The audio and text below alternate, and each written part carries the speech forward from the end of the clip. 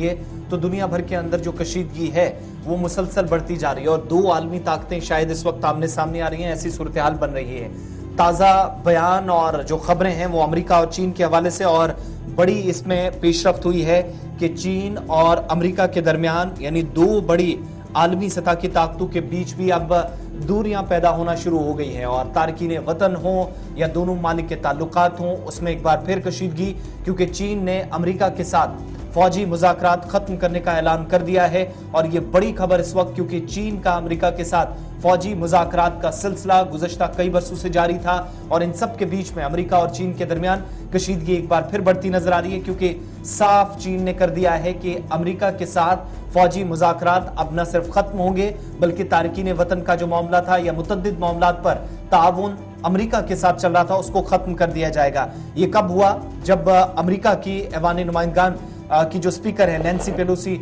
उनने ताइवान का दौरा किया और उस दौरे के जवाब में अमेरिका के साथ आला सतह की जो फौजी मुज़ाकरात थे मनसूख करने और जो मुतअद्दिद मामलात को लेकर ताउन दोनों ममालिक के दरमियान था उसको खत्म करने का ठीक 48 घंटों के अंदर चीन ने ऐलान कर दिया है। बीजिंग से जो खबरें मौसूल हो रही हैं, जो मीडिया रिपोर्ट्स चीन की हैं, वो ये भी बताती हैं कि चीन के जो मिलिट्री रहनुमा हैं वो मुलाकातों का सिलसिला जारी रखे हुए थे। अमेरिकन फोर्सेस के लीडर जो लीडरशिप है यानी वहां की मिलिट्री लीडरशिप है उसके साथ बातचीत का सिलसिला चल रहा था, लेकिन अमेरिका के साथ मौसमियाती तब्दीली के हवाले से और मुज़ाकरात जो दोनों ममालिक के दरमियान और आने वाले वक्त में इक़दामात उठाए जाने थे, सारे के सारे फौजी सतह से इसकी शुरुआत हुई है। जितने मुज़ाकरात हो रहे थे वो मुअत्तल करने का न सिर्फ ऐलान किया गया है बल्कि तारकीन वतन को भी जगह देने और न देने पर चीन ने मन बना लिया है और अमेरिका के सामने वाज़े पॉलिसी अपनी रख दी है। ये भी कहा जा रहा है कि क्रॉस बॉर्डर जो क्राइम प्रिवेंशन है, इंसदाद मंशियात और गैर कानूनी तारिक वतन की वापसी से मुतल्लिक भी जो तात्तुल था उसको खत्म करते हुए चीन ने ऐलान कर दिया है कि वो किसी भी तरीके से बातचीत जारी नहीं रख सकता। और उन हालात में जब हमने ये भी देखा कि पेलोसी के दौरे के ठीक 12 घंटों के अंदर ही ताइवान की सरहद तक चीन के जेट तैयारों की तरफ से मशकें की गई और पिछले 24 घंटों में भी मशकें जारी रही। अमेरिका का इस पर सख्त रद्द-ए-अमल तो था ही, लेकिन चीन ने अब फौजी सतह के ताल्लुकात खत्म करने का ऐलान अमेरिका के साथ कर दिया है, जिसका मतलब यह हुआ कि आने वाले दिनों में दोनों की जो मिलिट्री लीडरशिप थी वो बातचीत जारी नहीं रख सकेगी और इससे सूरत हाल और भी कशीदा होती जा रही है।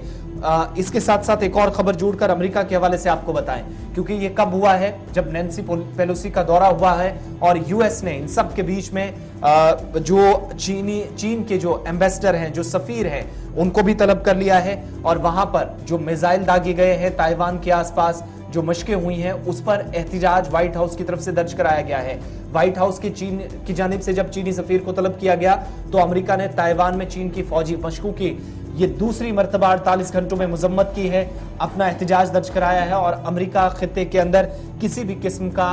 बहरान नहीं चाहता, ये क्लियर कर दिया गया। यानी दो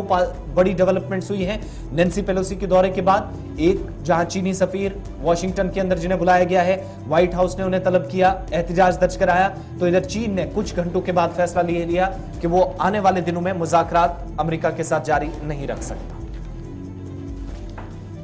चलिए जनाब, ये तो थी बात अहम, क्योंकि आलमी जंग की तैयारियों में क्या बड़े मुल्क जुट चुके हैं, एक बड़ा सवाल है। क्योंकि जिस तरीके का माहौल ताइवान को लेकर चीन और अमेरिका के बीच बन रहा है और जिस तरीके से फिजा से लेकर सरहदों तक और सरहद से लेकर समंदर तक हलचल चीन के अंदर दिख रही है, वो ये साफ लगा रहा है कि आने वाले दिनों में ताइवान पर भारी परेशानियां जो है वो देखने को मिल सकती हैं। लेकिन अमेरिका का रोल वहां पर क्या कुछ रहेगा, इस पर मुअस्सर होगा कि सब बंदी इस साउथ एशिया के खित्ते के अंदर किस तरीके से हो सकती है।